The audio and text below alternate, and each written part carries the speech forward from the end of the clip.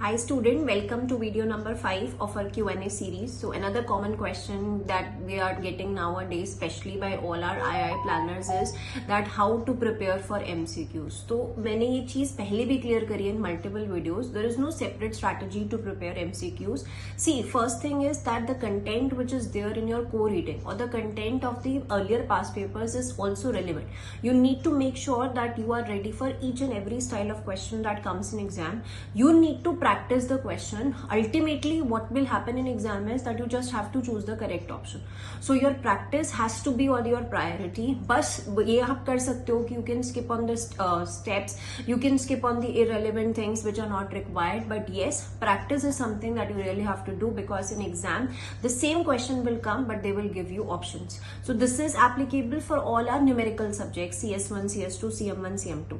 Now another common question by CB1 and CB2 students is that do we have to mug up the things? Yes, at times you need to learn the things which are there in the core reading, because you can get direct definition questions as well, and they can ask you to select the correct option, and for you to select the option you need to be very good with the content.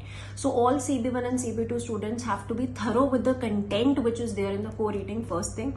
Second thing, you can skip out on those questions which are 5 markers or which require us a lot of thinking, because obviously you will not be required to make points, but yes, doing those questions will help you to prepare for any worst style of question that can come in exam.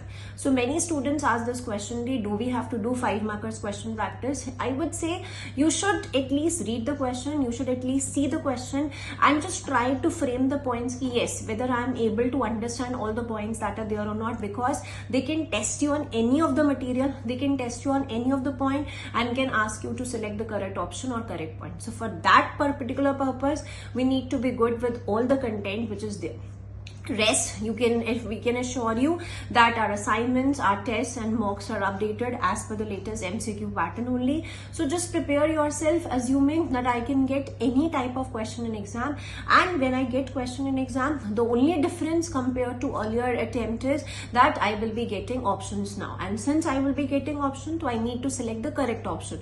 So if there are any mistakes in your steps that need to be addressed as of now only, because you will not have option to address those mistakes at the time of choosing correct option. So choosing correct option is something which is a struggle for II students, so prepare yourself accordingly. Stay tuned for more Q&A series videos, more tips and tricks coming to your way. Happy learning, best of luck.